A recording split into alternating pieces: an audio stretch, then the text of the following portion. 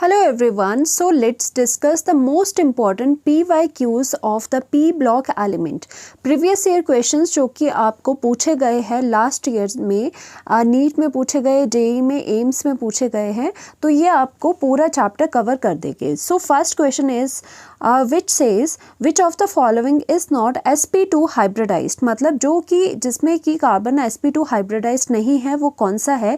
First option है आपका graphite, second is graphene, third is fullerene and the D is dry ice. तो सबसे पहले आपको पता होना चाहिए कि ग्रेफाइट में हाइब्रिडाइजेशन क्या होती है. तो यू शुड नो, जैसे कि यहाँ पर हमने ग्रेफाइट भी बना दिया है एंड ग्राफीन भी बना दिया है. ग्रेफाइट तो आपने यूजुअली सुना होगा, and what about the graphene. तो यहाँ पर जो ग्रेफाइट होता है, आपको पता है ग्रेफाइट क्या होता है, जो कार्बन होता है उसका एलोट्रोप होता है, एंड आपको पता है उसमें जिस तरह से दिखाई दे रहा है हेक्सागोनल लेयर होती है, और ये जो लेयर्स होती है वो आपस में क्या होती है, स्लिपरी लेयर्स होती है. ओके, ग्रेफाइट में ये स्लिपरी लेयर्स होती है, हेक्सागोनल जो कार्बन्स की जो अरेंजमेंट है वो हेक्सागोनल होती है. और आपको पता होना चाहिए कि जो इसमें हाइब्रिडाइजेशन होती है ग्रेफाइट में वो होती है कार्बन की sp2 हाइब्रिडाइजेशन, यानी कि जो कार्बन रहता है ग्रेफाइट में that is of the sp2 hybridized. And जो यहाँ पे ग्राफीन हो गया, अब ये ग्राफीन एक्चुअल में है क्या, आप यहाँ पर ध्यान से देखो कि यहाँ पर आपको कैसी लेयर्स दिखाई दे रही है, 1 2 3 एंड 4 लेयर्स आपको यहाँ पर दिखाई दे रही है. तो यहाँ पर जो ग्राफीन होती है, ग्राफीन एक्चुअल में क्या होती है, सिंगल लेयर होती है, सिंगल लेयर होती है. ठीक है, single layer of hexagonal carbons. जैसे कि आपको हेक्सागोनल कार्बन की ये जो सिंगल लेयर बोली जाएगी वो बोली जाएगी ग्राफीन. तो इसका मतलब है कि ग्राफीन में भी जो कार्बन की हाइब्रिडाइजेशन है that is to sp2 hybridised. ठीक है, तो यानी कि ग्रेफाइट एंड जो ग्राफीन हो गया उनमें sp2 हाइब्रिडाइज्ड है. तो ये तो आपका क्या हो जाएगा, इसमें भी sp2 हाइब्रिडाइज्ड है, इसमें भी sp2 हाइब्रिडाइज्ड है. And next is your fullerene. Fullerene आपको पता है फुलरीन क्या होता है, C60, आपका फुलरीन को C60 एलोट्रोप ऑफ कार्बन भी कहा जाता है, थर्ड एलोट्रोप होता है कार्बन का. और इसमें भी अगेन क्या रहता है, इसमें भी sp2 हाइब्रिडाइज्ड कार्बन आपका रहता है. देखो, जो ग्रेफाइट हो गया, जो आपका फुलरीन हो गया, उसमें सभी में sp2 हाइब्रिडाइज्ड कार्बन रहते हैं. सिर्फ आपका जो डायमंड होता है उसमें sp3 हाइब्रिडाइज्ड कार्बन रहता है. So what about the dry ice, ये तो sp2 है सारे, बट ड्राई आइस आपकी क्या होती है. तो हमें सबसे पहले पता होना चाहिए कि हमारी जो ड्राई आइस है वो होती है हमारी solid CO2, solid carbon dioxide को ही ड्राई आइस कहा जाता है. तो दैट मीन्स ड्राई आइस में हमें CO2 के हाइब्रिडाइजेशन देखनी है कि कार्बन के हाइब्रिडाइजेशन क्या है. यहाँ पे CO2 ये होता है इस तरह से. तो आप देख सकते हो कार्बन अगर 2 सिग्मा बॉन्ड्स बना रहा है, it is forming 2 sigma bonds. तो आप यहाँ से आइडिया लगा सकते हो कि इसकी हाइब्रिडाइजेशन कितनी होगी, इसकी हाइब्रिडाइजेशन होगी sp. सो इसकी हाइब्रिडाइजेशन यहाँ पर होगी sp. ठीक है, क्योंकि कार्बन क्या हो रहा है, कार्बन यहाँ पर 2 सिग्मा बॉन्ड्स बना रहा है, और कार्बन जितने सिग्मा बॉन्ड्स बनाता है उतनी ही हाइब्रिडाइजेशन होती है. सो हम कह सकते हैं in the case of solid CO2 the hybridization is sp. तो इसका मतलब जो आपका करेक्ट ऑप्शन होगा that will be your dry ice. D is your correct option, क्योंकि यहाँ पे जो ड्राई आइस है उसमें कार्बन की जो हाइब्रिडाइजेशन है दैट इज sp. तो इस तरह से ये क्वेश्चन हो गया. इसमें आपको इंपॉर्टेंट ये था कि ग्राफीन क्या होता है, ग्राफीन आपको पता होना चाहिए. चलिए नेक्स्ट क्वेश्चन करते हैं. Next question says choose the correct statement. Choose the correct statement, आपको करेक्ट स्टेटमेंट चूज करनी है अबाउट डायमंड एंड ग्रेफाइट के बारे में ये बोला गया है. तो यहाँ पर क्या है कि जो diamond and graphite have 2 dimensional network. इनमें बोला गया है कि इसका 2 डायमेंशनल नेटवर्क होता है, जो कि इनकरेक्ट है, क्योंकि आपको पता होना चाहिए कि इनके 3 डायमेंशनल स्ट्रक्चर्स होते हैं, ना कि 2 डायमेंशनल स्ट्रक्चर. तो नेक्स्ट करते हैं. नेक्स्ट में बोला गया है diamond is covalent and graphite is आयनिक. तो ये भी आपका क्या हो जाएगा, ये भी आपका इनकरेक्ट है. सो डायमंड एंड ग्रेफाइट की अगर बात करें तो जो दोनों ही ये डायमंड एंड ग्रेफाइट है, ये दोनों ही आपके कोवेलेंट इन नेचर के होते हैं, कोवेलेंट इन नेचर के होते हैं, ना कि आयनिक के. कोवेलेंट क्या होता है, by sharing of sharing of electron से ये बने होते हैं। इसमें जो नेटवर्क होता है कार्बन का वो शेयरिंग ऑफ इलेक्ट्रॉन से बना होता है, यानी कि जो आपका इसमें रहेगा नेचर वो आपका कोवेलेंट होगा। तो यानी कि आपका ये वाला जो ऑप्शन है वो भी इनकरेक्ट है, दोनों ही कोवेलेंट होने चाहिए। नेक्स्ट आपका आता है diamond is sp3 hybridized and graphite is sp2 hybridized. Yes, this is correct, ये आपका ऑप्शन करेक्ट है। ऐसा क्यों हुआ? क्योंकि आपको डायमंड का पता होना चाहिए। डायमंड में आपका sp3 हाइब्रिडाइजेशन रहती है एंड आपकी जो ग्रेफाइट रहता है, ग्रेफाइट में आपकी sp2 हाइब्रिडाइजेशन रहती है, जो कि हम पहले भी कर चुके हैं। तो the third option is correct. और डी भी देख लेते हैं। डी में क्या कहा जा रहा है? Both diamond and graphite are used as lubricant. देखो ल्यूब्रिकेंट कौन यूज होगा? जो कि थोड़ा स्लिपरी इन नेचर होगा। यस, जो ग्रेफाइट होता है वो एज अ ल्यूब्रिकेंट यूज होता है, क्योंकि ग्रेफाइट आपको पता है उसमें स्लिपरी जो रहती है, स्लिपरी जो लेयर्स रहती है, उसकी वजह से ये ल्यूब्रिकेंट की तरह यूज हो सकता है, but not diamond. Diamond hard very rigid substance है, तो इसकी वजह से जो डायमंड होता है वो आपके कभी भी लुब्रिकेंट की तरह यूज़ नहीं हो सकता। इसी वजह से ये वाला ऑप्शन भी आपका इनकरेक्ट है। तो जो करेक्ट ऑप्शन है that is option number C. तो आपका सी ऑप्शन आपका इसमें करेक्ट हो जाएगा। चलिए नेक्स्ट क्वेश्चन करते हैं। So the next question says the correct order of atomic radii in group 13 element is। सबसे पहले तो आपको ग्रुप 13 के जो एलिमेंट्स है वो पता होने चाहिए क्या होते हैं। That is boron, aluminium, gallium, indium and thallium. ये जो सारे आपके हैं ये ग्रुप 13 के एलिमेंट्स है। अब पूछा जा रहा है इसका एटॉमिक रेडियस। देखो एटॉमिक रेडियस एक्चुअल में क्या होता है कि जो आपका न्यूक्लियस है उससे लेके न्यूक्लियस से लेके आउटर मोस्ट जो इलेक्ट्रॉन है वहाँ तक का डिस्टेंस वो एटॉमिक रेडियस कहलाता है। तो इसमें क्या हो रहा था, इसमें जो एक्सपेक्टेड क्या होता है कि जब आप डाउन द ग्रुप जाते हो, ठीक है, जैसे यहाँ पर आप डाउन द ग्रुप जा रहे हो, एक्सपेक्टेड ये है कि आपका साइज़ इंक्रीज होना चाहिए। डाउन द ग्रुप क्या होता है, यहाँ पर मैं लिखती हूँ, वैसे यूजुअली डाउन द ग्रुप क्या होता है, जो साइज़ होता है वो इंक्रीज करता है। ऐसा क्यों होता है? क्योंकि जो नंबर ऑफ शेल्स है वो आपकी बढ़ती ही चली जाती है, जिसकी वजह से क्या होता है कि आपके न्यूक्लियस से लेके आउटर मोस्ट जो इलेक्ट्रॉन है वहाँ तक का डिस्टेंस बढ़ जाता है और आपका साइज़ जो होता है साइज़ आपका इंक्रीज हो जाता है। बट इसके अकॉर्डिंग जो एक्सपेक्टेड था, इसके अकॉर्डिंग क्या होना चाहिए था कि बोरोन सबसे कम होना चाहिए था, then aluminium, then gallium, then indium and then thallium, क्योंकि down the group size should increase ऐसा होना चाहिए था। बट ये एक्सपेक्टेड था, बट ये एक्चुअल नहीं है, ये इनकरेक्ट है। एक्चुअल में डिफरेंस कहाँ आता है? गैलियम एंड एल्यूमिनियम में डिफरेंस आता है। अब यहाँ पे कौन सी नई चीज़ आ जाती है, ध्यान से देखना। जो गैलियम है आपका, यहाँ पर आपके 3d10 कॉन्फ़िगरेशन आ जाती है, यानी कि यहाँ पे d में 10 इलेक्ट्रॉन पहली बार भरने शुरू हो जाते हैं। एल्यूमिनियम में d के इलेक्ट्रॉन्स नहीं है, गैलियम में 3d10 इलेक्ट्रॉन्स भरने शुरू हो जाते हैं।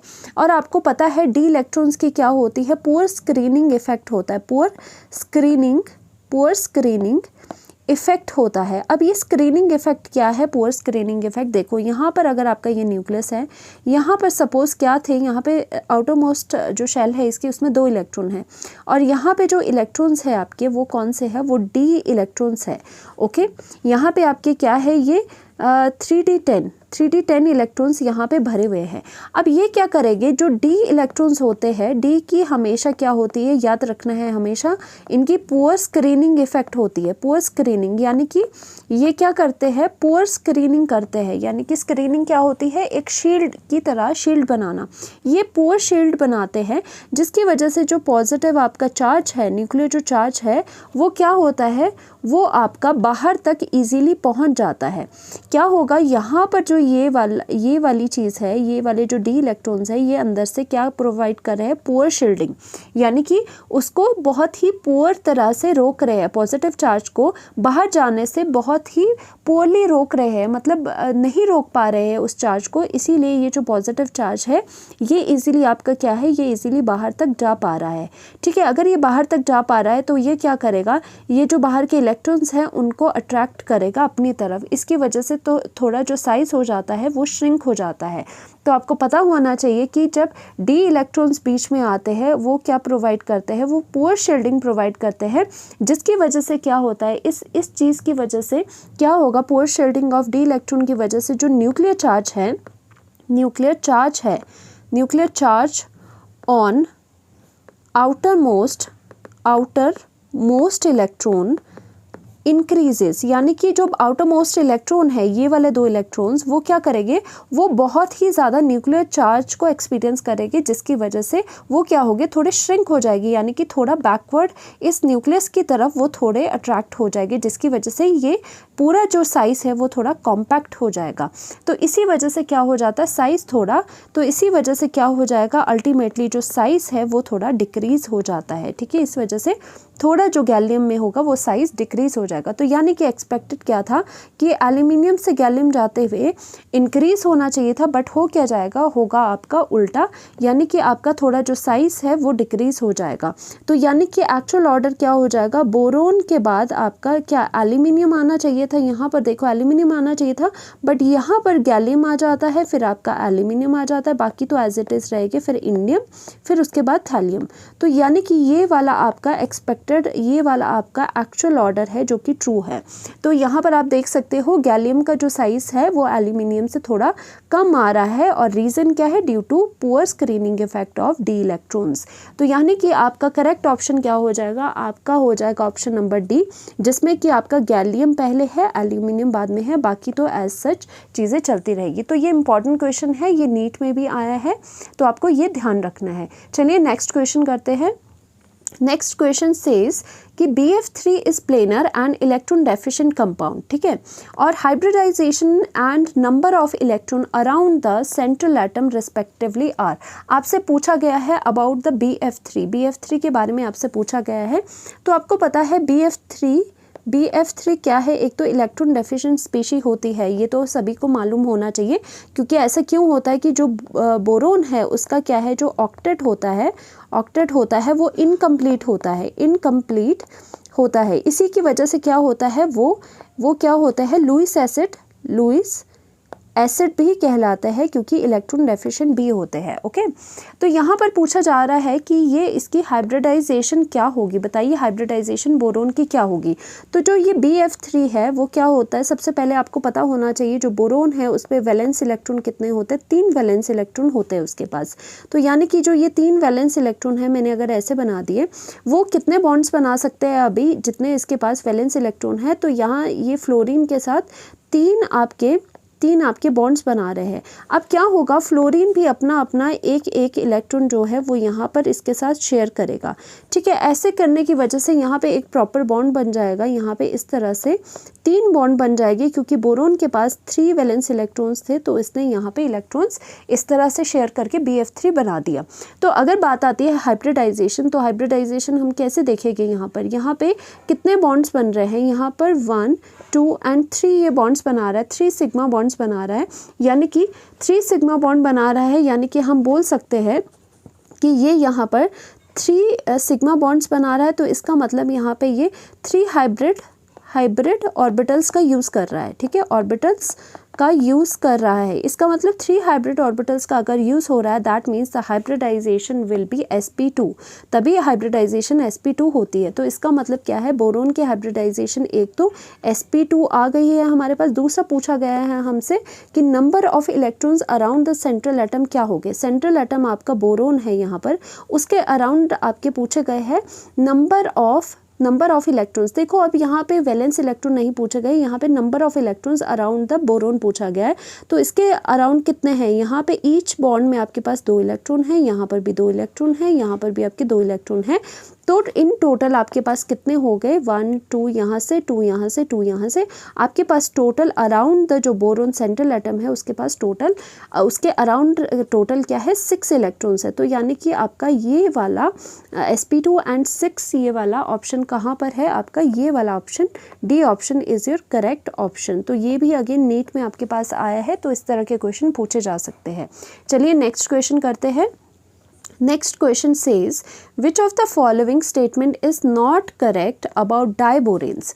ठीक है, diboranes आप आपका बहुत ज़्यादा इम्पॉर्टेंट है, बहुत बार आपसे ये पूछा भी जाता है। डाइबोरेन के बारे में बहुत बार क्वेश्चंस आते रहते हैं। तो यहाँ पर डाइबोरेन की सबसे पहली बात आपको पता होना चाहिए, डाइबोरेन एक्चुअल में होता क्या है। B2H6 is diborane. जो बोरोन्स है वो डाइमराइज करते हैं जब आपके यहाँ पे हाइड्रोजन हो, ठीक है। बाकी के साथ वो डाइमराइज नहीं करते। अगर फ्लोरीन होता तो वो डाइमर नहीं बनाते, सिर्फ हाइड्रोजन के साथ बनाते, क्योंकि हाइड्रोजन स्मॉल साइज के होते तो इजीली डाइमराइज कर देते हैं। तो यहाँ पे डाइबोरेन इज योर दिस। अब क्या पूछा गया है कि there are 3 center 2 electron bond, यानी कि ये जो क्वेश्चन है अबाउट इट्स स्ट्रक्चर है, क्योंकि इसका स्ट्रक्चर अपने आप में ही बहुत ज़्यादा यूनिक है। देखो यहाँ पे एक बोरोन होगा, स्ट्रक्चर कैसे बनाना है, यहाँ पर बोरोन होगा, ठीक है। यहाँ पर ईच के पास टर्मिनल में 2-2 हाइड्रोजन हो गए, यहाँ पर भी टर्मिनल पे 2-2 हाइड्रोजन हो गए। अब एक्चुअल में क्या होता है, यहाँ पे ब्रिजिंग वाले हाइड्रोजन आ जाते हैं, यहाँ पर भी ब्रिजिंग वाले हाइड्रोजन आ जाते हैं। एंड इंटरेस्टिंग थिंग क्या होती है, जो ये वाले ब्रिजिंग वाले हाइड्रोजन, ये वाला जो ब्रिजिंग वाला होता है, ये वाला कौन सा यूनिक बॉन्ड होता है, 3 सेंटर 2 इलेक्ट्रॉन बॉन्ड होता है। यानी कि यहाँ पर एक्चुअल में क्या होगा, यहाँ पे 1, 2 एंड 3 सेंटर्ड है, जिन्होंने 2 इलेक्ट्रॉन्स को शेयर किया हुआ है। ये यूनिक तरह का बॉन्ड होता है, जिन्हें कि बनाना बॉन्ड भी कहा जाता है। और ऑन द अदर हैंड जो यहाँ पर बॉन्ड्स हो गए, यहाँ पर जो बॉन्ड्स हो गए, ये वाले जो टर्मिनल्स बॉन्ड है, ये 2 सेंटर 2 इलेक्ट्रॉन ही बॉन्ड्स होते हैं। यानी कि 2 सेंटर का मतलब 2 आपके यहाँ पे सेंटर है और इन्होंने आपस में, इन दोनों ने आपस में सिर्फ 2 इलेक्ट्रॉन को शेयर किया है। अगेन यहाँ पर भी 2 सेंटर है और इन्होंने 2 इलेक्ट्रॉन्स को यहाँ पर शेयर किया हुआ है। तो यहाँ पर फर्स्ट ऑप्शन है कि there are 3 center 2 electron bond. Yes, यहाँ पे इस तरह के 2 आपके 3 सेंटर 2 इलेक्ट्रॉन बॉन्ड है, क्योंकि एक यहाँ नीचे है, एक दूसरा यहाँ पर भी आपका सेम आपका 3 सेंटर 2 इलेक्ट्रॉन बॉन्ड होता है। तो यानी कि ये वाला स्टेटमेंट तो आपकी करेक्ट है। तो दूसरी स्टेटमेंट देखते हैं, the 4 terminal BH bond are 2 center 2 electron bond. अब बोला गया है 4 टर्मिनल BH बॉन्ड। टर्मिनल क्या होता है, जो कि ये साइड वाले होते हैं। ये वाले 4 बॉन्ड्स कौन से है, टर्मिनल। तो बोला गया है 4 टर्मिनल BH बॉन्ड है, जो कि 2 सेंटर 2 इलेक्ट्रॉन है। Yes, this is also true. सारे ये टर्मिनल वाले 2 सेंटर 2 इलेक्ट्रॉन बॉन्ड होते हैं। तो दैट मीन्स आपका ये भी आपका ये करेक्ट हो गया। नेक्स्ट इज आपका ये पूछा गया है, the 4 terminal hydrogen atoms and 2 boron atoms line in the same plane. Yes, ये भी आपका करेक्ट है। एक्चुअल में क्या होता है, जो आपकी ये बोरोन है, 2 बोरोन, और आपके ये जो टर्मिनल वाले हाइड्रोजन्स होते हैं, ये वाले जो 2 मैंने बॉक्सेस बनाए हैं, ये आपके क्या रहते हैं, ये आपके सेम प्लेन में रहते हैं, ठीक है। ये आपके हमेशा सेम प्लेन में रहेंगे। बोरोन और जो टर्मिनल हाइड्रोजन है वो सेम प्लेन में रहते हैं। बस आपके जो आपके ये ब्रिजिंग वाले होते हैं 2, ये आपके दूसरे प्लेन में जाते हैं। तो अगेन ये वाला भी करेक्ट ऑप्शन हो गया, मतलब ये स्टेटमेंट करेक्ट होगी। अब लास्ट में बोला गया है, both the boron atoms are sp2 hybridized. This is incorrect statement, because ऐसा क्यों होता है, क्योंकि यहाँ पर अगर आपको देखा जाए तो ये जो बोरोन है यहाँ पे ये sp3 हाइब्रिडाइज्ड होता है। ये बोरोन यहाँ पे sp3 हाइब्रिडाइज्ड होता है। This is very important thing. तो आपको ये पता होना चाहिए, बोरोन यहाँ पे sp3 हाइब्रिडाइज्ड है। ऐसा क्यों, क्योंकि यहाँ पर जो ये बोरोन है वो देखा जाए तो 1, 2, 3 एंड 4 बॉन्ड्स बना रहा है, जिसकी वजह से इसकी हाइब्रिडाइजेशन sp3 हो जाती है, ना कि sp2। तो दैट मीन्स पूछा आपसे क्या गया है कि आपका कौन सा इनकरेक्ट, नॉट करेक्ट ऑप्शन है, वो है आपका ऑप्शन नंबर डी। तो that means correct option is your option number D. So next question क्या है, the pair of amphoteric hydroxide is. आपको बताना है कि पेयर ऑफ एम्फोटेरिक हाइड्रोक्साइड्स कौन से हैं। सबसे पहले एम्फोटेरिक का मीन्स क्या होता है, एम्फोटेरिक का मतलब होता है जो कि एक्ट एज बोथ, ऐसा स्पीशी जो कि both acid and base act करे, एसिड एंड बेस एक्ट करे। कौन सी ऐसी स्पीशीज होगी जो कि बोथ एसिड भी एक्ट करेगी, बेस भी एक्ट करेगी, यानी कि वो एसिड के साथ भी रिएक्ट करेगी और अगेन बेस के साथ भी रिएक्ट करेगी। यानी कि एम्फोटेरिक का मतलब वही होता है जो कि एसिड और बेस दोनों का ही नेचर रखता है, दोनों का ही नेचर शो करता है। तो यानी कि एम्फोटेरिक हाइड्रोक्साइड आपको गिवन है, इनमें से कौन से ऑप्शन सही हो गए, कौन से एम्फोटेरिक हो गए आपके पास। This is very very important और ये एम्स पे भी आया है। तो आपको ये पता होना चाहिए, अभी से ये पता होना चाहिए आपको कि जो देखो ये जो बेरिलियम है ये एस ब्लॉक का एलिमेंट होता है जो बेरिलियम का हाइड्रोक्साइड होता है, एक ये आपके पास एम्फोटेरिक नेचर का होता है। अगर पीरियोडिक टेबल में देखोगे तो बेरिलियम के साथ डायगोनल रिलेशनशिप में आता है एल्यूमिनियम, तो दैट मीन्स जो एल्यूमिनियम आपका है उसका जो हाइड्रोक्साइड है, ठीक है, वो भी आपका एम्फोटेरिक होता है। ये आपको चीज़ें लर्न करनी है। एस ब्लॉक में बेरिलियम का हाइड्रोक्साइड आपका एम्फोटेरिक रहता है एंड यहाँ पे एल्यूमिनियम का रहता है। और एक और लर्न कर लो, जिंक का भी इसमें रहता है, जिंक का भी इसमें एम्फोटेरिक हाइड्रोक्साइड रहता है। तो आपको ये चीज़ें लर्न होनी चाहिए। तो इसका करेक्ट ऑप्शन क्या है? ऑप्शन नंबर ए, जिसमें कि बेरिलियम का हाइड्रोक्साइड एंड एल्यूमिनियम का हाइड्रोक्साइड आपका एम्फोटेरिक इन नेचर है। ओके, नेक्स्ट क्वेश्चन करते हैं। Next question says, which of the following compound of the group 14 element is not known? Group 14 element का कौन सा आपका कंपाउंड नोन नहीं है? फर्स्ट ऑफ ऑल ग्रुप 14 आपको पता होना चाहिए, कार्बन का ग्रुप है। Carbon, silicon, germanium, tin and आपका यहाँ पर लेड आ जाएगा। ये ग्रुप 14 एलिमेंट है। अब कौन सा आपका ये कंपाउंड नोन नहीं है? तो यहाँ पे कौन सा कंपाउंड नोन नहीं है? आपका है सिलिकॉन, Cl6 एंड आपका 2 नेगेटिव, ये आपका नोन नहीं होता, ये एग्जिस्ट नहीं करता। अब ऐसा क्यों है, ध्यान से देखना। यहाँ पर आपको पता है जब आप डाउन द ग्रुप जा रहे हो तो साइज डेफिनेटली इंक्रीज कर रहा है, तो दैट मीन्स सिलिकॉन जो है, सिलिकॉन का उतना ज़्यादा बिगर साइज नहीं है। सिलिकॉन क्या है, ठीक है, थोड़ा स्मॉल ही साइज़ का है। अब सिलिकॉन एक थोड़ा स्मॉल साइज़ की कैटेगरी है in comparison with the other elements, ठीक है। तो यहाँ पर ये सिलिकॉन थोड़ा स्मॉल साइज़ का है। अब आप अगर सिलिकॉन Cl6 बनाना चाहते हो तो इसका मतलब आपके पास क्या है, जो क्लोरीन आपको 6 लगाने पड़ेंगे, और आपको पता है क्लोरीन का साइज़ थोड़ा बिगर होता है। अब आपको क्या लगाने पड़ेंगे, 6 जो है, 1 2 3 4 5 एंड 6, आपको 6 क्लोरीन इसके साथ लगाने पड़ेंगे। तो देखो अब कितना ज़्यादा डिफ़िकल्ट है कि आपके स्मॉल साइज़ के सिलिकॉन एटम जो खुद ही स्मॉल साइज़ का है कंपैरेटिवली, उनको ये बड़े बड़े क्लोरीन एटम्स को अकोमोडेट करना पड़ रहा है। तो ये बहुत ज़्यादा डिफ़िकल्ट होता है। ओके, तो यानी कि हम क्या बोलते हैं कि ये वाला आपका नहीं बनता। इसका रीज़न क्या है? फर्स्ट रीज़न आप लिख सकते हो, अगर आपको लिखना है तो आप यहाँ पर लिख सकते हो कि silicon is small in size, ठीक है, स्मॉल इन साइज़ है and it can not accommodate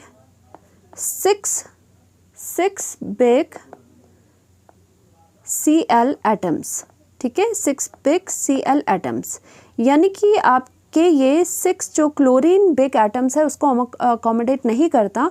और दूसरा रीज़न इसका क्या है, जो क्लोरीन है वो आपस में क्या हो जाती है, ये इतने क्लोज आ जाते हैं। अगर ये कंपाउंड बनाएंगे तो क्लोरीन आपस में क्या हो जाती है, आपस में इनकी रिपल्शंस हो जाती है। इसी वजह से भी ये आपका कंपाउंड नहीं बनाते। देयर विल बी, आप लिख सकते हो, there will be electron repulsions in chlorine atoms में आपस में क्या हो जाएगी, रिपल्शंस हो जाएगी। तो ये दो रीज़न है, एक ये जिसकी वजह से ये वाला कंपाउंड बिल्कुल भी नहीं मिलता। अब आपका क्वेश्चन ये हो सकता है कि ये तो आपका नहीं बनता, तो सिलिकॉन जो आपका सिलिकॉन F6 है वो क्यों बन रहा है आपका? ये इसलिए बन रहा है क्योंकि आप देख सकते हो कि जो सिलिकॉन है, ठीक है, ये स्मॉल साइज़ का है। जो आपकी ये फ्लोरीन है, जो आपकी यहाँ पे फ्लोरीन्स है, वो भी आपके क्या है, फ्लोरीन का भी साइज़ स्मॉल इन साइज़ है। तो यानी कि जो आपका सिलिकॉन है वो इन छोटे छोटे फ्लोरीन एटम को अकोमोडेट करता है, इसीलिए SiF6 2 नेगेटिव आपका एग्जिस्ट करता है और ये बनता है। और बाकी अगर देखा जाए तो ये जर्मेनियम एंड जो Sn वाले हैं, तो आप देख सकते हो जर्मेनियम और जो टिन है वो ऑलरेडी क्या है, वो लार्ज आपके एटम्स है, ठीक है, लार्ज एलिमेंट्स होते हैं जो कि अकोमोडेट इनको 6 आपके जो इसके साथ अटैच्ड है उनको अकोमोडेट कर सकते हैं। इसी वजह से ये बाकी जो कंपाउंड है वो एग्जिस्ट करते हैं। इसका मतलब आपका कौन सा कंपाउंड नोन नहीं है? दिस इज़ वेरी इंपॉर्टेंट, अभी के अभी ध्यान रखो। सिलिकॉन के साथ अगर Cl6 आता है और ये नीट में भी आपके पास आया है, तो correct option is option number C. तो नेक्स्ट क्वेश्चन है आपका, It says which of the following compounds is used in cosmetic surgery। आपकी cosmetic surgery में कौन से compounds का यूज़ करा जाता है? तो ये तो बड़ा सिंपल है। The correct option is option number C, silicones. Silicones actual में क्या होता है? देखो सिलिकन होता है Si, ठीक है। जो सिलिकन्स है ये एक्चुअल में क्या होता है? ये होते हैं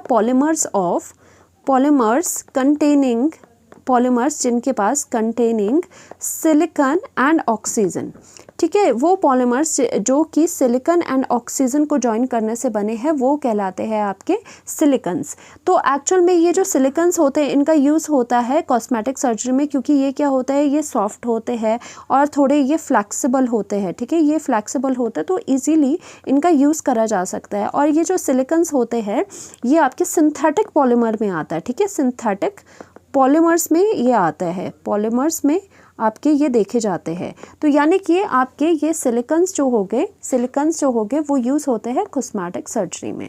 सो नेक्स्ट क्वेश्चन है आपका, it says it is because of inability of ns2 electrons of the valence shell to participate in bonding that, मतलब ये जो आपकी स्टेटमेंट है इसके बेसिस पे कौन सा करेक्ट ऑप्शन है? देखो inability of ns2 electron to participate in bonding, तो यहाँ से आपको कुछ डेफिनेशन याद आ रही होगी इनर्ट पेयर इफेक्ट की। एक्चुअल में ये जो स्टेटमेंट लिखी गई है inability of ns2 electron of the valence shell to participate in the bonding, तो ये आपकी जो स्टेटमेंट है ये है statement of the inert pair effect. यानी कि आपको जिन्हें नहीं पता उन्हें मैं बताती हूँ इनर्ट पेयर इफेक्ट क्या होता है।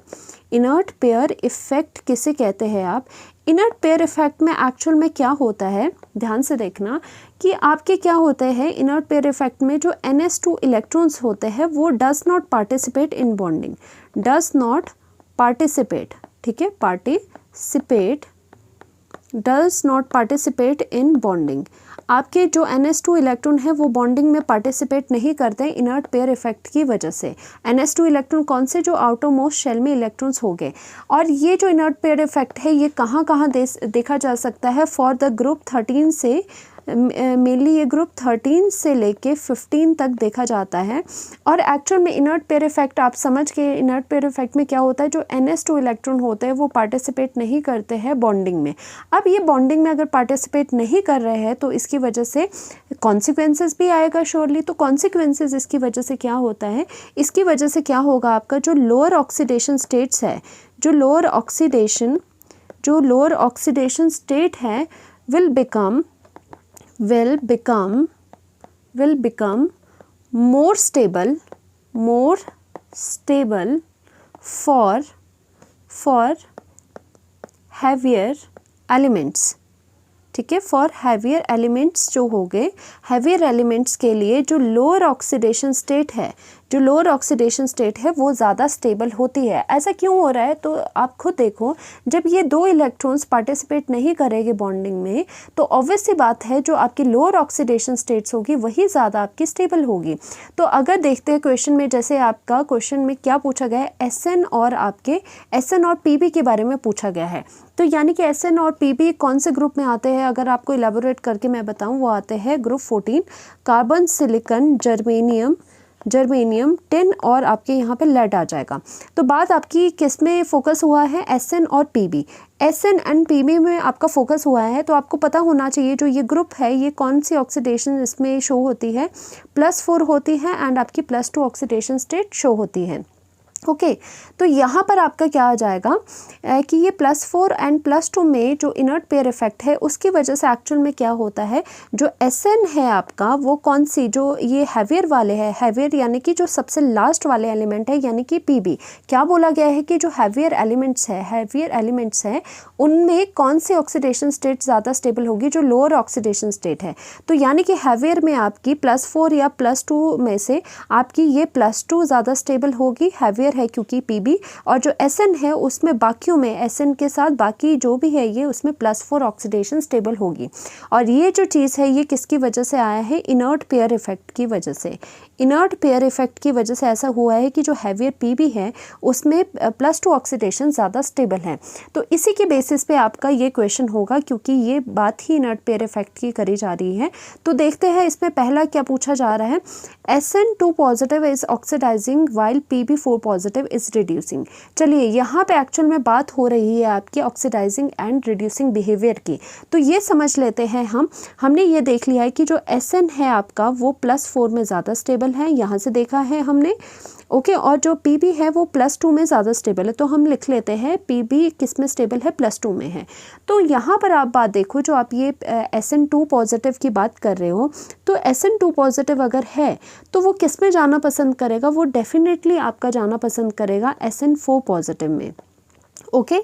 और जो आपका Pb है और आपका अगर जो Pb4 पॉजिटिव है मान लो, ठीक है, वो किस में जाना पसंद करेगा आपका, वो जाना पसंद करेगा Pb2 पॉजिटिव में। ऐसा क्यों? क्योंकि आपको पता है ऑलरेडी कि जो आपके Pb2 पॉजिटिव है Pb2 पॉजिटिव में स्टेबल रहता है, जो Sn है वो 4 पॉजिटिव में स्टेबल रहता है, तो स्टेबिलिटी की ओर जाना पसंद करेगा।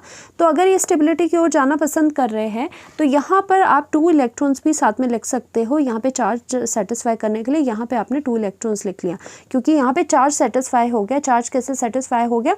क्योंकि यहाँ पे +2 चार्ज है, यहाँ पर 2 इलेक्ट्रॉन लगाने से यहाँ भी टोटल +2 बन गया, यहाँ +2 है, यहाँ पर भी +2 बन गया।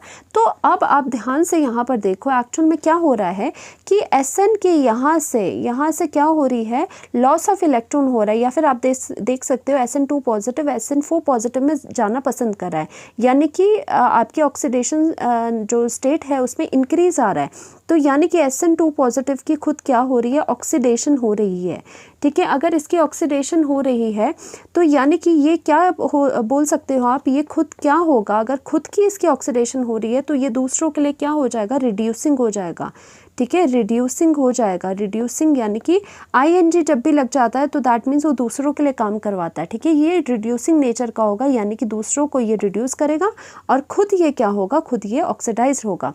On the other hand Pb4 positive जो है वो Pb2 पॉजिटिव में जाना पसंद करते हैं, बिकॉज Pb2 पॉजिटिव स्टेबल है।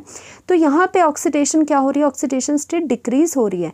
जब ऑक्सीडेशन स्टेट डिक्रीज होती है तो यानी कि इसकी एक्चुअल में इसकी सेल्फ खुद क्या हो रही है, रिडक्शन हो रही है, खुद इसकी रिडक्शन हो रही है। खुद अगर इसकी रिडक्शन हो रही है तो दूसरों की क्या करवाएगा, ऑक्सीडेशन, यानी कि ये ऑक्सीडाइजिंग हो जाएगा, ओके इसका मतलब ये ऑक्सीडाइजिंग है।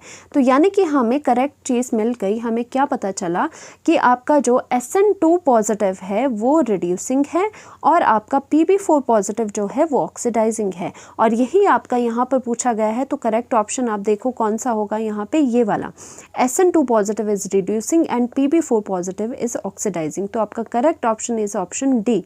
तो यानी कि ये सारी चीज़ें इनर्ट पेयर इफेक्ट के ऊपर थी। इनर्ट पेयर इफेक्ट से अगेन मैं बता दूँ आपको, इनर्ट पेयर इफेक्ट से एक चीज़ पता चली कि जो आपका Sn4 पॉजिटिव है, Sn है वो 4 पॉजिटिव में स्टेबल है एंड जो Pb है वो 2 पॉजिटिव में स्टेबल है।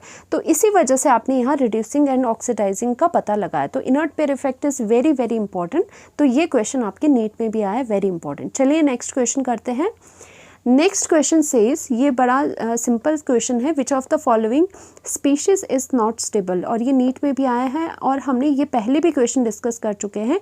तो आप बता सकते हो यहाँ पर कौन सा आपका ज़्यादा स्टेबल नहीं होता, कौन सी स्पीशीज स्टेबल नहीं होती। सिलिकॉन Cl6 2 नेगेटिव, और अगेन इसका रीज़न क्या है, क्योंकि सिलिकॉन जो है वो स्मॉल साइज़ का है, जो कि लार्ज आपके जो Cl है, जो लार्ज आपके Cl है उनको अकोमोडेट नहीं कर सकता।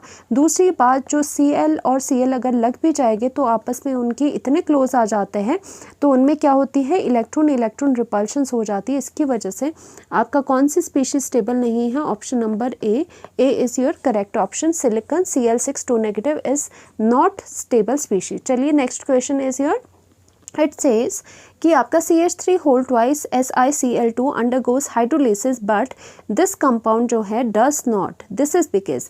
देखो अब ध्यान से समझना, ये क्वेश्चन किसी भी तरह से आ सकता है। ये क्वेश्चन आपको इस तरह से भी आ सकता था, SiCl4 में भी आ सकता था और CCl4 में भी पूछा जा सकता था। यानी कि आपको ये दोनों कंपाउंड, ये तो आपको यहाँ पे थोड़ा क्वेश्चन को थोड़ा सो दैट डिफ़िकल्ट दिखे, इस वजह से इन्होंने जो कंपाउंड्स है वो बड़े बड़े ले लिए हैं, ओके। तो यानी कि आपके पास ये इतने सिंपल कंपाउंड्स में भी ये क्वेश्चन पूछा जा सकता है, लॉजिक सेम रहेगा दोनों के लिए। एक्चुअल में आपके पास ये क्या है, ये पूछा गया है कि ये हाइड्रोलिसिस करवाता है, ये हाइड्रोलिसिस में नहीं जाता। देखो हाइड्रोलिसिस का मतलब क्या होता है, वाटर का लगना, ठीक है, वाटर का लगना, किस में वाटर लगेगा, इसमें क्यों नहीं लगेगा। एक्चुअल में क्या होता है, अगर हम सिलिकॉन की बात करें, देखो कभी भी आपके पास कार्बन एंड सिलिकॉन के कोई भी क्वेश्चन आ जाए तो ज़्यादातर क्वेश्चन कैसे सॉल्व होते हैं, इस रीज़न से सॉल्व होते हैं कि सिलिकॉन के पास डी ऑर्बिटल्स होते हैं, इसके पास डी ऑर्बिटल्स नहीं होते। आधे क्वेश्चन तो यही से सॉल्व हो जाते हैं। तो यहाँ पे आप सिलिकॉन की अगर हम बात करें तो सिलिकॉन में एक चीज़ आपको देखने वाली है कि सिलिकॉन का होता है electronic configuration 3s2 and 3p2। तो यहाँ पर अगर आप बनाएं इसकी बेसिक तो ये S हो जाएगा, ये आपके P हो गए, तो यहाँ पे ये 2 हो गए, यहाँ पे ये 2 हो गए। बट जो बॉन्डिंग होती है यू शुड नो वो एक्साइटेड स्टेट में होती है। जब भी कोई एलिमेंट आपका बॉन्ड बनाता है वो अपनी एक्साइटेड स्टेट यूज़ करके बॉन्ड्स बनाता है। तो यानी कि ये क्या हो जाएगा, यहाँ पे एक्साइटेशन हो जाएगी, यहाँ से जो एक इलेक्ट्रॉन है वो यहाँ पे चला जाएगा। तो यानी कि अब इस तरह से इलेक्ट्रॉन्स हो गए। और आपको पता है सिलिकॉन के पास और क्या होते हैं, और डी ऑर्बिटल्स भी प्रेजेंट होते हैं, बेशक वेकेंट होते हैं बट वो प्रेजेंट होते हैं। ये वाले आपके डी ऑर्बिटल्स प्रेजेंट है यहाँ पर। अब एक्चुअल में आपके पास क्या होगा कि यहाँ से जो आपके यहाँ पर ध्यान से देखना, जो आपके पास यहाँ पर है 2 यहाँ पे हैं और 2 यहाँ पर है, 4 जो बॉन्ड बना रहे हैं, ठीक है, जो 4 बॉन्ड्स बना रहे हैं वो अपने इलेक्ट्रॉन्स कहाँ देंगे, वो अपने इलेक्ट्रॉन्स यहाँ पर दे देंगे। ठीक है, यहाँ पे वो अपना इलेक्ट्रॉन दे देंगे, यहाँ दे देंगे, यहाँ दे देंगे, यहाँ दे देंगे, यानी कि 1 2 3 4 तो ये सिग्मा बॉन्ड बन गए जो आपको यहाँ पे दिखाई दे रहे हैं। ठीक है, अब क्या हो जाएगा हाइड्रोलिसिस में, एक्चुअल में क्या होता है, अगर मैं यही कंपाउंड बनाऊँ सिलिकॉन का, सिलिकॉन के पास क्या है, यहाँ पर CH3 है और यही कंपाउंड जो पूछा गया है आपका, यहाँ पर क्लोरीन एंड क्लोरीन है। तो यहाँ पर हाइड्रोलिसिस का मतलब क्या होता है कि वाटर का ऐड होना। तो यहाँ पे OH, मैं वाटर इस तरह से बना रही हूँ, यहाँ पे इसके पास लोन पेयर होता है। ठीक है, 2 लोन पेयर होते हैं। अब एक्चुअल में क्या होगा, सिलिकॉन कि अगर हाइड्रोलिसिस होनी है यानी कि वाटर का लगना है तो लगेगा तभी जब इसके पास वेकेंट स्पेस होगा। वेकेंट स्पेस कहाँ होता है, 3D में। ओके, तो ये जो लोन पेयर होते हैं वो कहाँ है, सिलिकॉन के डी ऑर्बिटल्स में इलेक्ट्रॉन दे देते हैं। और साथ ही साथ अगेन क्या हो जाता है कि क्लोरीन और हाइड्रोजन वापस निकल जाता है, बाहर निकल जाता है। और एक्चुअल में ये कैसा बन जाता है, सिलिकॉन के साथ आपके पास यहाँ पे CH3 हो जाएगा, CH3, और यहाँ पे क्लोरीन हो जाएगा। अब क्या है, ये क्लोरीन एंड हाइड्रोजन निकल रहे हैं और यहाँ पे आपका OH लग रहा है। तो यही हाइड्रोलिसिस होती है, यानी कि OH का लगना, वाटर का लगना। तो अगेन ये प्रोसेस रिपीट होता जाएगा, फिर से आपका यहाँ पे वाटर आएगा, फिर से यहाँ पे क्लोरीन हट जाएगा, फिर से यहाँ पे OH लग जाएगा और यहाँ पर OH इस तरह से लगना स्टार्ट हो जाएंगे। तो बेसिकली बोलने का क्या मतलब है कि जो आपके या 3D है, 3D में आपका यहाँ पे जो वाटर होगा वो यहाँ पे अपने इलेक्ट्रॉन्स दे देगा। इसी वजह से हाइड्रोलिसिस पॉसिबल हो रही है। Hydrolysis is possible because of D orbitals, क्योंकि आपके सिलिकॉन के पास डी ऑर्बिटल्स है, इसी की वजह से आपकी क्या है, हाइड्रोलिसिस पॉसिबल हो रही है। तो यानी कि और दूसरी तरफ जो कार्बन है उसके पास डी ऑर्बिटल नहीं है, डी ऑर्बिटल उसके पास नहीं है, इसकी वजह से उसकी हाइड्रोलिसिस नहीं होती। तो यानी कि आपका करेक्ट ऑप्शन क्या हो जाएगा, D orbital are present in valence shell and of silicon but not in carbon. यानी कि सिलिकॉन के पास डी ऑर्बिटल है, कार्बन के पास नहीं है, इसी वजह से ये हाइड्रोलिसिस करता है, ये हाइड्रोलिसिस नहीं करता। आपका करेक्ट ऑप्शन ये हो गया। बाकी जो चीज़ें हैं आपकी कि only 3p orbitals is involve in C, तो उसकी वजह से कोई हाइड्रोलिसिस का कोई कंसर्न नहीं है। सिलिकॉन इज़ मोर एसिटिक, इसकी वजह से भी कोई कंसर्न नहीं है। पोलैरिटी की वजह से भी इसका कोई कंसर्न नहीं है। कंसर्न इसका only and only because of the D orbital present in the valence shell of silicon, not of the carbon. ठीक है, तो इसका मतलब यहाँ की बजाय ऐसे वाले भी कंपाउंड्स आपके पास पूछे जाते तो भी आपका सेम रीज़न होता। चलिए नेक्स्ट क्वेश्चन है आपका, which of the following is incorrect statement, कौन सी है इनमें से सारी इनकरेक्ट स्टेटमेंट कौन सी है। तो यहाँ पर आपकी है फर्स्टली SnF4 के बारे में। तो आपको देखो सबसे पहले तो ये बात पता होनी चाहिए, जो SnF4 है आपके पास एंड जो आपके PbF4 है वो क्या होते हैं, वो आयनिक इन नेचर होते हैं। ये आपको पता होना चाहिए, आयनिक इन नेचर होता है। ऐसे क्यों होता है कि एक आपका Sn हो गया, ये आपका Sn हो गया, ये आपका फ्लोरीन हो गया। फ्लोरीन जो है, जो नेगेटिव वाला है, जो नेगेटिव आयन है वो आपका क्या है, वो स्मॉल इन साइज है। अगर जो नेगेटिव चार्ज आपका स्मॉल साइज़ का होता है तो उसमें क्या होता है, कोवेलेंट कैरेक्टर कम होता है और आयनिक करेक्टर आपका ज़्यादा होता है। तो इसी वजह से आपने ये याद रखना है, जो आपका ये SN के साथ आपका फ्लोरीन है और जो PP के साथ आपका फ्लोरीन है, वो वाले कंपाउंड आयनिक होते हैं, ना कि वो क्या होते हैं, कोवलेंट नहीं होते हैं। तो यानी कि ये वाली स्टेटमेंट क्या है, SnF4 is ionic in nature, ये तो आपकी ट्रू है। बट FP जो आपकी PbF4 is covalent in nature, नहीं, ये करेक्ट नहीं है, क्योंकि आपको अगेन यहाँ पता है PbF4 क्या होता है, आयनिक इन नेचर होता है। और दूसरी बात, इनकी जो इलेक्ट्रोनेगेटिविटी डिफरेंस है वो भी क्या होता है, इलेक्ट्रोनेगेटिविटी डिफरेंस इनकी ज़्यादा होती है, जिसकी वजह से ये आयनिक नेचर का होता है। ओके, और दूसरा आपका क्या पूछा गया है कि silicon Cl4 is easily hydrolysed. Yes, ये तो ईजीली हाइड्रोलाइज्ड होता ही है, अभी हमने पीछे गया है, क्यों, क्योंकि D आपके पास इसमें ऑर्बिटल प्रेजेंट है। और नेक्स्ट आपके पास है जर्मेनियम का X4 एंड यहाँ पे is more stable then the germanium X2। अब यहाँ पे देखो, जर्मेनियम का जो X4 है, इसमें आपका जर्मेनियम की जो ऑक्सीडेशन स्टेट है वो +4 है, और यहाँ पे जो जर्मेनियम का X2 है, उसमें जर्मेनियम की जो ऑक्सीडेशन स्टेट है वो +2 है। अगर carbon, silicon, germanium, tin, lead अगर मैं आपको बताऊं, तो इनर्ट पेयर इफेक्ट की वजह से हमने क्या किया है कि यहाँ पर जो रहेगा आपके पास, यहाँ पर सबसे जो हैवियर होता है वो +2 ऑक्सीडेशन स्टेट, यानी कि लोअर ऑक्सीडेशन स्टेट स्टेबल होती है, बाकियों की हायर ऑक्सीडेशन स्टेट स्टेबल होती है जो कि +4 है। तो यहाँ से ही आपको पता है जो जर्मेनियम है उसकी +4 ऑक्सीडेशन ज़्यादा स्टेबल है। तो जर्मेनियम की +4 ऑक्सीडेशन ज़्यादा फेवरेबल है, तभी आपका ये वाला कंपाउंड ज़्यादा स्टेबल है। तो ये वाली चीज़ें तो आपकी करेक्ट हैं, सिर्फ आपकी ये करेक्ट है, ये करेक्ट है, ये करेक्ट है, सिर्फ और सिर्फ आपका क्या है, ये इनकरेक्ट है, जिसमें बोला गया है कि PbF4 कोवलेंट नेचर का है, नहीं, ये आयनिक नेचर का है। इसी वजह से जो इनकरेक्ट स्टेटमेंट पूछी गई थी वो आपकी इनकरेक्ट स्टेटमेंट है, ऑप्शन नंबर B। तो यानी कि आपका B आपका यहाँ पर करेक्ट ऑप्शन हो जाएगा। सो नेक्स्ट क्वेश्चन में पूछा गया है आपका 3 center 2 electron bond is present in. तो देखो, ये तो बहुत बार अब क्वेश्चन आ चुका है आपको, 3 सेंटर 2 इलेक्ट्रॉन बॉन्ड किस में प्रेजेंट होता है, जैसे बनाना बॉन्ड भी कहा जाता है, जो आउट ऑफ प्लेन होता है, वो है डाइबोरेंस में, B2H6। ठीक है, बोरोन सिर्फ हाइड्रोजन के ही साथ ही डाइमराइज करता है, बाकी डाइमराइज नहीं करता, क्योंकि हाइड्रोजन छोटे होते हैं तो ये अकोमोडेट करने ईजी होता है। तो यानी कि आपका option number B is your correct option. ठीक है, यहाँ पर B ऑप्शन जो है वो आपका करेक्ट ऑप्शन है। डाइबोरेन में 3 सेंटर 2 इलेक्ट्रॉन बॉन्ड्स होते हैं। Next question says iodine oxidize sodium borohydride to give. देखो, ये क्वेश्चन पहले भी मैं करवा चुकी हूँ, पहले वाले जो वीडियो लेक्चर्स थे उसमें।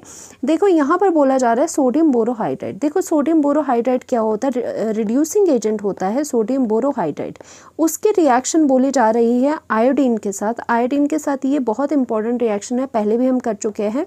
एक्चुअल में इन दोनों के रिएक्शन से क्या होता है, आपको डाइबोरेंस मिलता है, B2H6 मिलता है, और साथ में Na और हाइड्रोजन गैस आपकी लिबरेट होती है। और यहाँ पे इसका मतलब ये क्या है, ये आपका डाइबोरेन है। ठीक है, ये आपका डाइबोरेन है।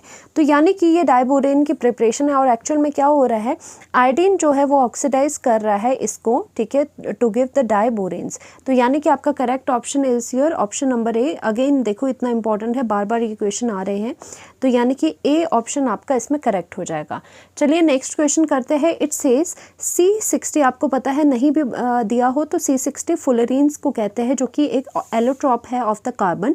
उसमें पूछा जा रहा है कि उसके कितने हेक्सागन्स है, उसमें जो आपको पता है कॉम्प्लिकेटेड स्ट्रक्चर होता है, सॉकर बॉल की तरह उसका स्ट्रक्चर होता है, उसमें कितने हेक्सागन्स है एंड पेंटागन्स है। देखो, हेक्सागन्स क्या होता है, हेक्सागन्स होता है कार्बन की 6 मेंबर रिंग। ठीक है, ये होगा आपका हेक्सागन, ये इस तरह का हेक्सागन होता है, और पेंटागन आपका होता है इस तरह का, 5 मेंबर्ड कार्बन की रिंग होगी पेंटागन।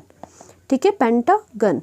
तो यहाँ पे पूछा गया है जो ये C60 फुलरीन है, लाइक अ सॉकर बॉल, जो आपका एलोट्रॉप ऑफ कार्बन है, उसमें कितने ये हेक्सागन हो गए और कितने ये पेंटागन हो गए। तो आपको पता होना चाहिए इसमें 20 हेक्सागन्स होते हैं और 12 आपके पेंटागन होते हैं। तो यानी कि आपका करेक्ट ऑप्शन है ऑप्शन नंबर C। तो ये भी आपको डायरेक्टली पता होना चाहिए, JEE में भी आया है, नीट CUET में आ सकता है। नेक्स्ट क्वेश्चन है, choose the correct stability order of the group 13 elements in their +1 oxidation state. आपकी जो ग्रुप 13 है, ग्रुप 13 का पूछा गया है +1 ऑक्सीडेशन स्टेट की स्टेबिलिटी का ऑर्डर। तो यहाँ पर आपको पता होना चाहिए कि जो ग्रुप 13 है वो कौन सा होता है। अभी तक बहुत बार हम डिस्कस कर चुके हैं, boron, aluminium, gallium, indium and आपका थैलियम। ओके, तो यहाँ पर पूछा गया है +1 ऑक्सीडेशन का। तो यहाँ पे क्या है, इनर्ट पेयर इफेक्ट आपको याद होगा। तो इनर्ट पेयर इफेक्ट में आपको क्या कहा जाता है, जो हैवियर जो एलिमेंट्स होते हैं, लाइक जो सबसे लास्ट वाला लाइक थैलियम, उसकी क्या होती है, हैवियर वालों की लोअर ऑक्सीडेशन स्टेट स्टेबल होती है। ठीक है, स्टेट स्टेबल होती है। अगर आप देखें तो जो ये 13 ग्रुप है, इसकी ऑक्सीडेशन स्टेट कौन कौन सी होती है पॉसिबल, +1 एंड +3 होती है। तो लोअर आपकी +1 वाली होगी, यानी कि जो लोअर थैलियम है उसमें आपकी कौन सी ऑक्सीडेशन स्टेट जो आपकी है वो +1 ज़्यादा आपकी फेवरेबल है, +1 उसके लिए ज़्यादा स्टेबल है। तो यानी कि आपकी सबसे +1 की स्टेबिलिटी पूछी गई है, तो यानी कि थैलियम सबसे ज़्यादा +1 जो ऑक्सीडेशन स्टेट रहेगी वो सबसे ज़्यादा थैलियम में स्टेबल रहेगी। तो उसी तरह से डाउन द ग्रुप आप इस तरह से लिख सकते हो, एल्यूमिनियम, गैलियम, इंडियम और थैलियम। तो यानी कि इस तरह से ये स्टेबिलिटी का ऑर्डर आपका रहेगा, थैलियम की सबसे ज़्यादा। और ड्यू टू, ऐसा क्यों हो रहा है, due to inert pair effect कि जो NS के जो इलेक्ट्रॉन्स है वो आपकी बॉन्डिंग में पार्टिसिपेट नहीं करते, इसकी वजह से जो लोअर ऑक्सीडेशन स्टेट है वो हैवियर एलिमेंट्स के लिए ज़्यादा स्टेबल होती है। तो यानी कि ये जो करेक्ट ऑप्शन आपका रहेगा वो ऑप्शन नंबर ए रहेगा, जिसमें एल्यूमिनियम, गैलियम, इंडियम, थैलियम रहेगा। ओके, नेक्स्ट क्वेश्चन देखते हैं। It says the correct statement about B2H6 is, B2H6 diborane के बारे में आपसे पूछा जा रहा है दोबारा कि इसमें क्या क्या चीज़ें होती है। तो सबसे पहले डाइबोरेन का हम स्ट्रक्चर ही बना देते हैं। डाइबोरेन में क्या होगा, दो यहाँ पे बोरोन होते हैं, यहाँ पर हाइड्रोजन हो जाएंगे, टर्मिनल हाइड्रोजन यहाँ पे होते हैं जो कि सेम प्लेन में होते हैं, ये जो मैंने अभी तक बनाया है। इसके बाद यहाँ पे ये ब्रेचिंग आती है जो कि दूसरे प्लेन में चले जाती है। तो आपको ये पता होना चाहिए, सबसे पहली बात आपको पता होना चाहिए कि ये जो दो बॉन्ड है जो मैंने ये बनाए हैं, BHB बॉन्ड, जो ये BHB बॉन्ड होते हैं, ये जो दो BHB बॉन्ड है ऊपर और नीचे, ये सेम लेंथ के होते हैं। ये हमेशा याद रखना, ये सेम लेंथ के होते हैं। ओके, ये सेम लेंथ के होते हैं। और यहाँ पर क्या होगा, यहाँ पे जो एंगल होता है ये अप्रॉक्सीमेटली 90 के आसपास होता है, नॉट एग्जैक्टली 90, 87 वगैरह हो सकता है, तभी मैंने यहाँ पे थोड़ा इक्वालिटी लगाई। ठीक है, तो यहाँ पे थोड़ा आसपास 90 के आसपास होता है ये वाला एंगल। ओके, और यहाँ पे एक और चीज़ खास बात होती है कि यहाँ का जो एंगल होगा, ये बाहर टर्मिनल का जो एंगल है, लाइक मैंने यहाँ पे अगर θ1 लिखा है, और ये अंदर का जो एंगल है ब्रिजिंग वाला एंगल, ये अगर θ2 लिखा है, तो आपको पता होना चाहिए बोरोन के साथ जो टर्मिनल बाहर का एंगल है वो आपका ज़्यादा रहता है देन द अंदर वाला एंगल।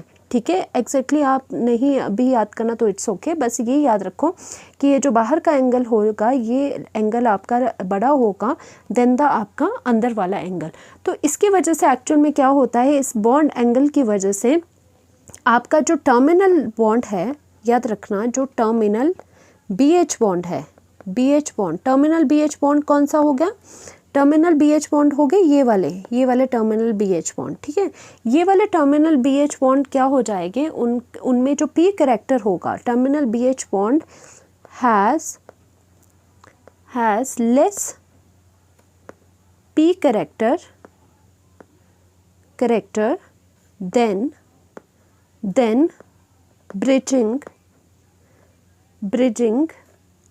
Bridging BH bond.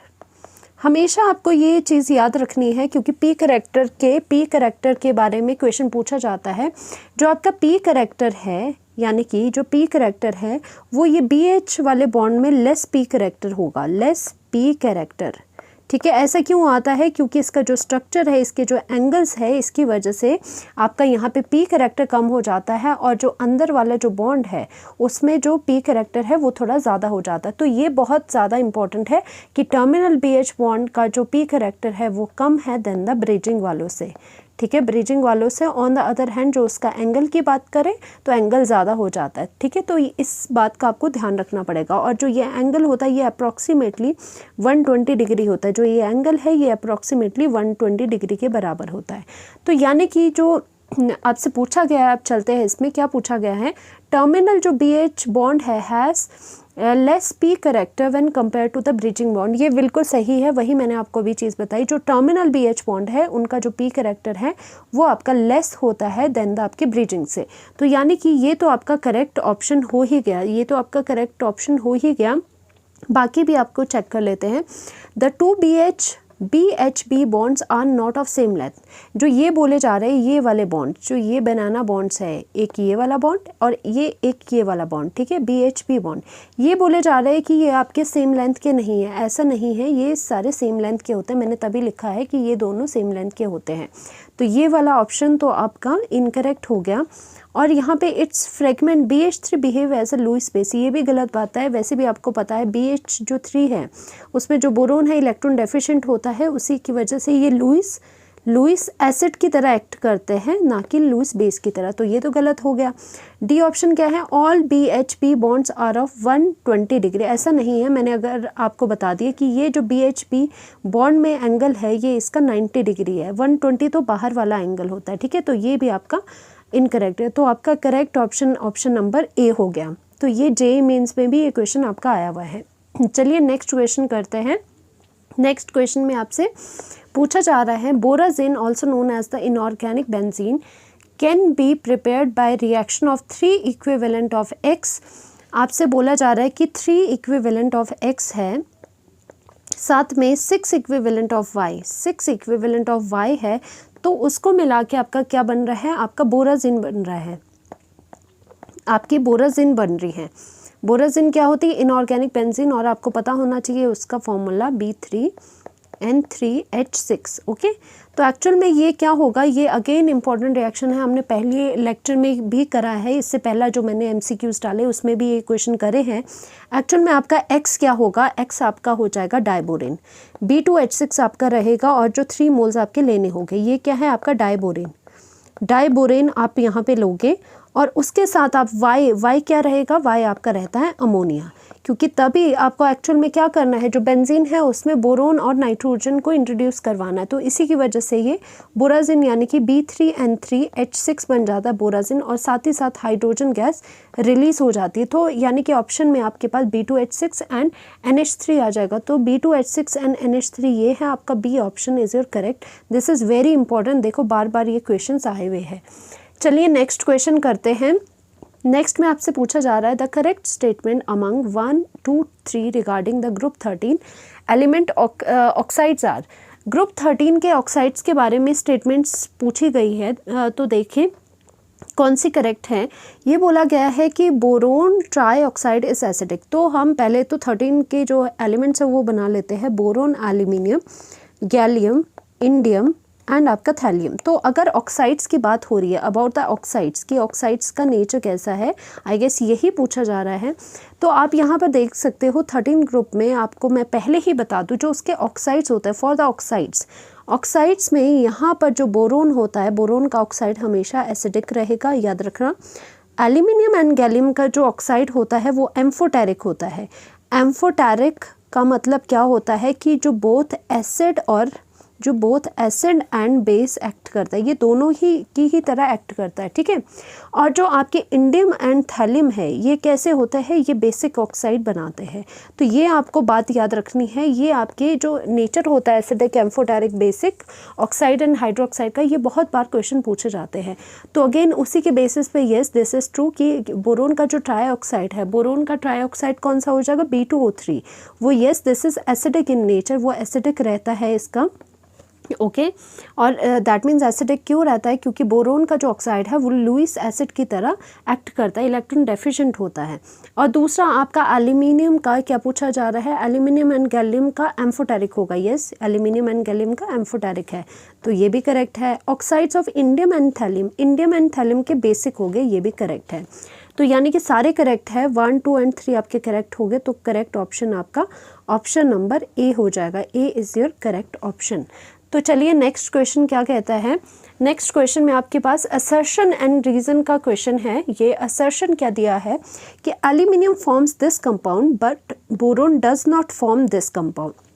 ऐसा क्यों होगा, ऐसा क्यों नहीं होता? बोरोन डज नॉट, और इसका रीज़न दिया है कि boron does not react with F2। अब देखते हैं कि ये क्या कह रहा है। देखो जो आपका ये तो सही बात है, ये तो एग्जिस्ट करता है।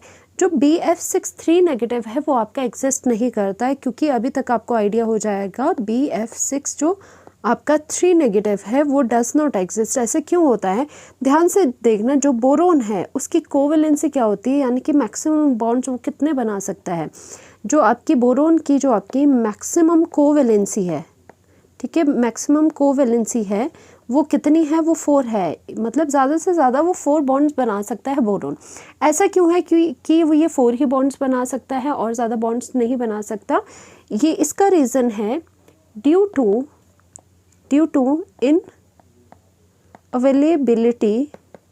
इनअवेलेबिलिटी ऑफ डी ऑर्बिटल्स। ठीक है, इनके पास डी ऑर्बिटल्स नहीं होते हैं।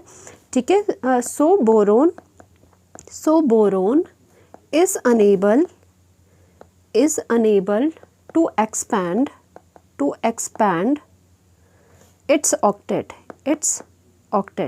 देखो अगर आपको यहाँ पे दिखाई दे रहा है कि इससे 6 बॉन्ड्स बनाने हैं, तो 6 बॉन्ड्स बनाने के लिए उतना इसके पास कैपेसिटी तो होनी चाहिए ना। अब बोरोन के पास ना तो इसके पास डी ऑर्बिटल्स है, अगर डी होते तो एक्सपैंड भी वो कर देता, 6 को अकोमोडेट कर देता।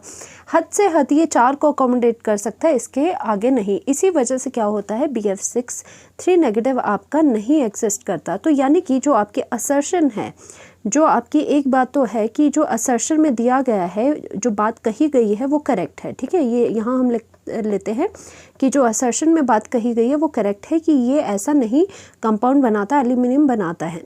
जो रीज़न में बात कही गई है उसको देखते हैं क्या वो सही है या नहीं है। रीज़न में बोला गया है boron does not react with F2। Boron does not react with F2 ये बिल्कुल गलत बात है, क्योंकि बोरोन जब हेलोजन से रिएक्ट करता है तो डायरेक्ट वो कंपाउंड बनाता है, जैसे कि यहाँ पे BF3 बना रहा है। ठीक है, इस तरह के। तो यानी कि क्या है, ये रीज़न भी आपका रीज़न पूरी की पूरी तरह से जो रीज़न में स्टेटमेंट है वो इनकरेक्ट है।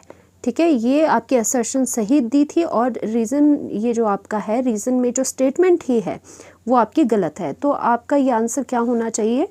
फर्स्ट है आपका option, if both assertion and reason are true. देखो ये दोनों असर्शन एंड रीज़न तो ट्रू नहीं है, तो इसका मतलब ये तो इनकरेक्ट हो गया। If both assertion and reason are true, ये असर्शन एंड रीज़न ट्रू तो है ही नहीं, दूसरा भी इनकरेक्ट हो गया। If assertion is true, yes assertion is correct, but reason is false, yes reason is completely false. तो यानी कि करेक्ट ऑप्शन आपका क्या हो जाएगा, यहीं से दिखाई दे रहा है, करेक्ट ऑप्शन आपका ऑप्शन नंबर सी हो जाएगा। एंड डी भी देख लेते हैं, if assertion and reason are false, नहीं सिर्फ आपका रीज़न फॉल्स है, असर्शन तो आपकी ट्रू है, तो यानी कि करेक्ट ऑप्शन आपका ऑप्शन नंबर सी हो गया। तो इस तरह के क्वेश्चन आ सकते हैं, ये एम्स में क्वेश्चन आया हुआ है आपका, सारे PYQ मैं करवा रही हूँ आपको। तो चलिए नेक्स्ट क्वेश्चन करते हैं। इसमें बोला जा रहा है the reaction of this compound, जो कि कंपाउंड ए है, with lithium borohydride in tetrahydrofuran give inorganic benzene. जो बोला गया है सबसे पहले हम वही चीज़ें लिख लेते हैं, क्या बोला गया है। ओके, तो सबसे पहले बोला गया है ये कंपाउंड जो है आपका, मैं इसको सीधा करके लिखती हूँ, B3N3H3Cl3, इसकी जो रिएक्शन है, और इसे ए कंपाउंड माना गया है, इसकी रिएक्शन करवाई जा रही है लिथियम बोरोहाइड्राइड के साथ। ठीक है, रिड्यूसिंग एजेंट है इन द प्रेजेंस ऑफ टेट्राहाइड्रोफ्यूरन, ये इसको THF शॉर्ट में भी लिखा जाता है। ठीक है, और इससे बोला जा रहा है कि आपको क्या मिलेगा, इनऑर्गेनिक बेंजीन मिलेगी, जिसे बी बोलना है। और इनऑर्गेनिक बेंजीन आपको पता है बोराजीन को कहते हैं, B3N3H6 होता है जिसका फॉर्मूला। ठीक है, और ये बी माना गया है इससे, तो यहाँ पे हम ये बोराजीन लिखते हैं, बोराजीन जो कि इनऑर्गेनिक कंपाउंड है। ठीक है, और जब इसकी रिएक्शन करेंगे तो फर्दर इसके साथ क्या क्या निकलता है, LiCl निकलता है, प्लस आपका BCl3 भी निकलता है। ठीक है, बट हम यहाँ पे कंसर्न है बी के साथ, जो कि हमें मिल गया। अब नेक्स्ट में क्या पूछा जा रहा है, further the reaction of A with C leads to the formation of this compound. तो जो बोला जा रहा है वो फिर से हम लिख लेते हैं कि क्या बोला जा रहा है। जो ए है, दोबारा से ए लिखना पड़ेगा हमें, B3N3H3 एंड Cl3। बोला जा रहा है कि जो ए है उसकी रिएक्शन किसके साथ करवाओ, सम सी हमें नहीं मालूम क्या है, सी के साथ करवाओ, सो दैट रिएक्शन करने के बाद हमें ये कंपाउंड मिले। कौन सा कंपाउंड है, H3N3B3 और मिथाइल जो ग्रुप्स है वो कितने, इसमें 3 लगे हुए हैं। तो बोला जा रहा है व्हाट इज सी आपके पास पूछा जा रहा है क्या है, और आपको बताना है कि बी एंड सी रिस्पेक्टिवली। देखो रिस्पेक्टिवली लिखा होता है तो दैट मीन्स आपको अकॉर्डिंगली ही आपको इस तरह से लिखना होता है, पहले बी देखना होता है फिर सी। तो बी तो हम फिगर आउट कर चुके हैं, बी इज़ बोराजिन। तो यहाँ से ये ऑप्शन तो इनकरेक्ट हो जाएगा, ये ऑप्शन इनकरेक्ट, सिर्फ बोराजिन वाले आप रखोगे, पेपर में भी ऐसे किया करो। अब ऑप्शन ये है कि आपका सी क्या होगा दोनों में से। तो यहाँ पे ये ग्रिग्नार्ड रिएजेंट है, तो हमें ये पता होना चाहिए कि इसकी ग्रिग्नार्ड रिएजेंट के साथ यानी कि मिथाइल Mg Br के साथ रिएक्शन करने पे एक्चुअल में क्या हो जाता है, Cl की जगह ये सारे मिथाइल लग जाते हैं और आपके पास ये कंपाउंड मिल जाता है। तो यानी कि आप देख सकते हो आपका ऑप्शन क्या हो जाएगा, यहाँ पे option number C is your correct option, यानी कि सी ऑप्शन करेक्ट हो जाएगा। और ये JEE मेंस पे भी आपका क्वेश्चन पूछा गया है। तो नेक्स्ट क्वेश्चन करते हैं। नेक्स्ट क्वेश्चन में क्या है, it says a group 13 element X है रिएक्ट विथ क्लोरीन गैस। सबसे पहले तो एक ग्रुप आपके पास X है एलिमेंट, यानी कि मैं यहाँ पे X लिख लेती हूँ, वो क्लोरीन गैस के साथ रिएक्ट कर रहा है और आपका XCl3 बना रहा है। ठीक है, XCl3 इज़ इलेक्ट्रॉन डेफिशिएंट। आपको यहाँ पे दिया गया है ये जो XCl3 बना है ये इलेक्ट्रॉन डेफिशिएंट है। ठीक है, डेफिशिएंट स्पीशी है and react easily reacts with NH3। और जो ये स्पीशी है यानी कि XCl3 है वो ईजीली रिएक्ट करती है NH3 के साथ और एक क्या बनाती है, अडक्ट बनाती है। किस तरह से, इस तरह से दिया गया है कि ये कोऑर्डिनेट बॉन्ड बना रही है, और वैसे भी कोऑर्डिनेट ही बनेगा क्योंकि ये देखो इसके पास इलेक्ट्रॉन है और ये यहाँ पे इलेक्ट्रॉन डेफिशिएंट स्पीशी को ये इलेक्ट्रॉन दे रहा है, तो ये अडक्ट बनाता है। हाउएवर इम्पॉर्टेंट बात क्या बोली गई है, हाउएवर साथ ही साथ इम्पॉर्टेंट बात कही गई है, XCl3 डज नॉट डाइमराइज। ये जो XCl3 है ये क्या है, डज नॉट डाइमराइज। ये डाइमराइज नहीं करता। आप बताइए कि X क्या होगा। तो ग्रुप 13 में कौन कौन से एलिमेंट है, boron, aluminium, gallium, indium, thallium. ठीक है, तो आपके पास ऑप्शन भी इन्हीं में से पूछा गया है।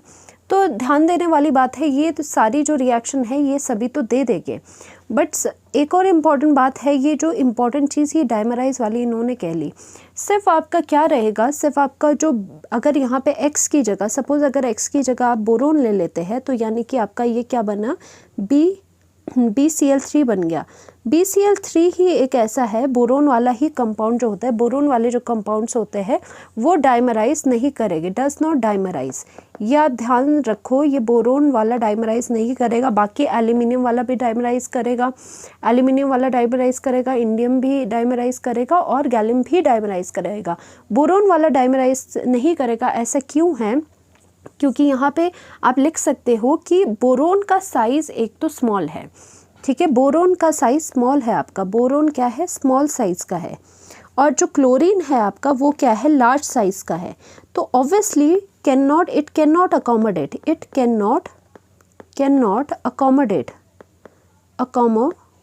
ठीक है, अकोमोडेट बिग क्लोरीन्स। अभी तक तो ठीक है। अगर आपको इसका डाइमराइज करना पड़े कि यहाँ पे भी BCl3 है, एक और BCl3 के साथ डाइमराइज करना पड़े, तो ये इतने क्लोरीन आपके अकोमोडेट नहीं कर पाएंगे। ठीक है, ऑन द अदर हैंड जो एल्यूमिनियम है, गैलियम है, वो ये अकोमोडेट करते हैं, और Al जो एल्यूमिनियम का है क्लोरीन के साथ वो डाइमराइज बनता भी है, वो इस तरह से डाइमराइज बनता है, यहाँ क्लोरीन लग जाते हैं और यहाँ पे भी क्लोरीन लगता है, इस तरह से वो डाइमराइज करता है। बट बोरोन क्योंकि स्मॉल साइज़ का है और क्लोरीन लार्ज साइज़ का है, वो अकोमोडेट नहीं कर सकता क्योंकि वो स्मॉल साइज़ का। इसी वजह से आपका ऑप्शन क्या हो जाएगा, आपका ऑप्शन करेक्ट हो जाएगा बोरोन वाला, कि बोरोन वाला क्या है, वो अकोमोडेट नहीं कर सकता और ये डाइमराइज नहीं करेगा। मेन तो डाइमराइज से आपका ऑप्शन ये करेक्ट हो जाएगा, बोरोन इज़ योर, यानी कि option D is your correct option. तो यानी कि ये JEE मेंस पे भी आपका क्वेश्चन आया हुआ है। तो thank you so much. Hopefully ये जो क्वेश्चंस मैंने PYQ करवाए हैं ये आपको अच्छे लगे होंगे, इससे आपको बहुत बेनिफिट मिलेगा। कमेंट सेक्शन में बताना आपको ये कैसा लगा। Thank you so much.